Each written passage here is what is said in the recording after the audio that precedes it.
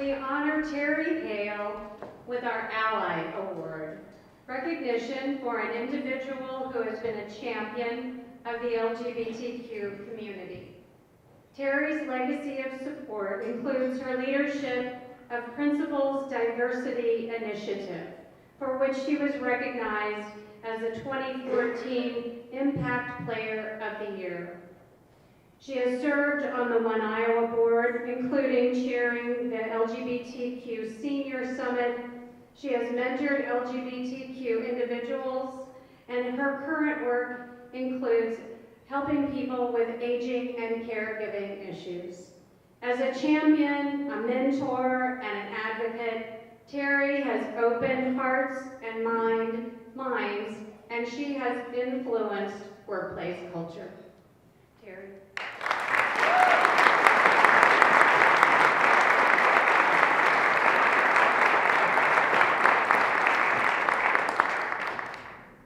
Well, thank you, Susanna, for those kind words, and I have to just come right out and say it's a little bit intimidating to follow Jonathan Wilson and every one of the other legendary LGBTQ leaders here tonight. It's a little bit like following Barack Obama and Pete Buttigieg.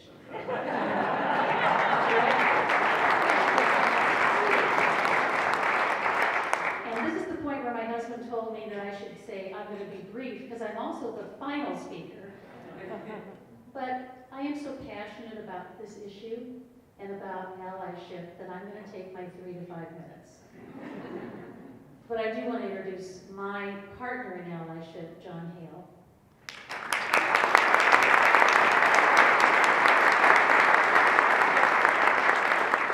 And my ninja ally daughter, Becca, who's also here.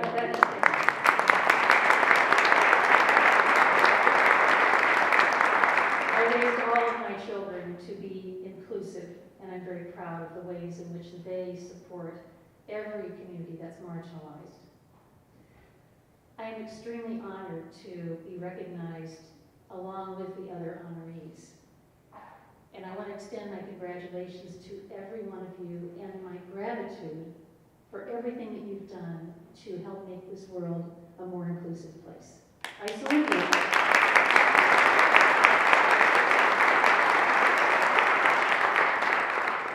And I also want to congratulate that feisty, bold group of future LGBTQ leaders.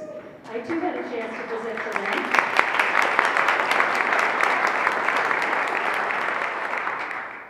And I'm telling you, they demonstrated to me some real leadership skills. They challenged me, they spoke their truth, they caused me to think differently, and to re-examine some things that I thought I understood, and they did it in a civil and respectful way. So all I have to do is say, look out, Iowa. They're going to do a lot in the future. And also, thank you to our sponsors, and thank you to Des Moines Magazine and One Iowa for this recognition.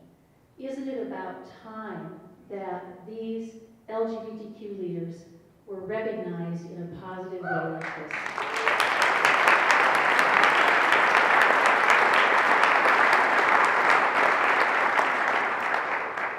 And I also want to thank One Iowa and Des Moines Magazine for including the category of ally. Not because I ever dreamed that I would be even nominated for this award. I was so surprised when my friend Mary told me she was nominating me, and very honored to receive it. But because, as was pointed out earlier, the importance of building awareness of the role of ally, that allies can indeed make a difference, that they can speak up and speak out and stand up and open doors, as others have talked about tonight. I didn't know that that was something that I could or should do. I've always believed that every human being deserves to be treated with respect and dignity, and deserves to have equal rights. I believe this from childhood on. And as I said, I raised my children to be inclusive. But what I didn't know is that believing that and taking action are two different things. Those beliefs opened me up to be friends with a lot of different people, especially members of the LGBTQ community. And as I got to know these friends of mine, and I heard about their stories and their experiences, and as I read about violence and brutality and bullying and hateful language and picket signs with stuff that I won't even repeat right now, made me so angry. I was so frustrated and so sad. Because I know these people as human beings, kind, generous, loving, with the same desires and goals and wishes that I have, that any other human being has. But I felt so powerless to do anything about it. Until Scott Dalbert. Many of you know Scott Dalbert, he's here tonight. He was a colleague of mine at Principal Financial Group. And I was talking to him about, my husband and I had been discussing about a letter to the editor about One Iowa, to support One Iowa. This was back about 2012 when there was a lot of backlash on marriage equality. And I just said that I don't think I'm the right person, or that I deserve to do that, or that I know enough to do it. Scott said, think again. He helped me understand about the power of the voice of an ally. That my voice could reach ears that his voice as a gay man could not reach. And you know what? That sounded good to me, because I had a lot of burning anger and frustration inside of me, and I needed a way to let that out. Scott suggested I join Principal's LGBTQ Employee Resource Group. That group welcomed me with open arms and taught me what an ally is. They taught me what allies can do, and they helped me do some of those things. And I count that involvement with that group as the most important thing I did in my 17 years at Principal Financial Group. I made lifelong friends. It changed me as a person. And it introduced me to an organization that I dearly love, and that organization is One Iowa. As I began to volunteer with One Iowa, I really understood how this organization changes lives, and I learned that it was saving lives. And we witnessed here tonight lives that are changed because of the LGBTQ leadership group this year and the group last year. What an amazing thing to see these people go through this and then embark on a journey that's going to ensure continued support and continued fighting for LGBT equality in the future. When I first got here tonight, I had the privilege of running into Jonathan and George. I'd never met either of them. And they were telling me that they had a discussion about how do you get allies and what makes allies. And they said, well, you come out. That's how you get allies. And so I'm an ally today because of people like George and Jonathan and Scott and my friend Mary and others who've trusted me with their stories and their friendships and have helped guide me and show me how to be a part of the solution and how to take action that might be able to make a bit of a difference. I want to close with just a story, one of the stories that inspired me. And I have Jerry's permission to tell this. She's a good friend of mine. She taught in the public school system for 23 years, from 1976 to 1997, I think. And during that entire time, every day for 23 years, she went to work in the closet. She was out to exactly one person, and every single day of those 23 years, she was afraid of being fired.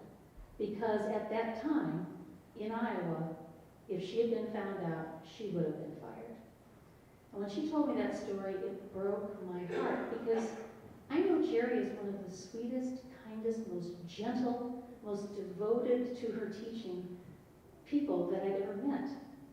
And to think that she lived in that kind of fear and terror all those years, absolutely, it certainly showed me a level of experience that I, as a white cisgender woman, never had. I never had to worry about that.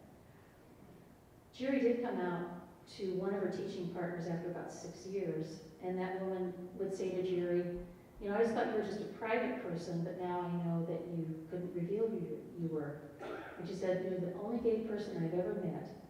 And years later, she said, Jerry, whenever I read about LGBTQ in the newspaper now, I think much differently about it because of you. Eventually, that woman and her husband attended Jerry's wedding. A wedding that Jerry told me as a young girl she never ever dreamed she would have. That's the kind of progress that's been made. But what's relevant about this story is, as others have indicated, the fight continues because we still have a bunch of states in this country where you can still get fired for being LGBTQ. And with the Supreme Court examining that, as Sharon said, rights can be given, but they can be taken away. So that's why I'm going to continue to do everything I can as an ally. I want to thank all of the members of the LGBTQ community for inspiring me and guiding me. And for the people out there not in this room who still don't get it, who don't understand, who are afraid of what they don't understand, who may be expressing hate and bigotry, I'm not going away. Neither is my daughter, neither is my husband, and also those leaders over there, they're going to be out there as well. It's a privilege to be here. Thank you so much for this recognition.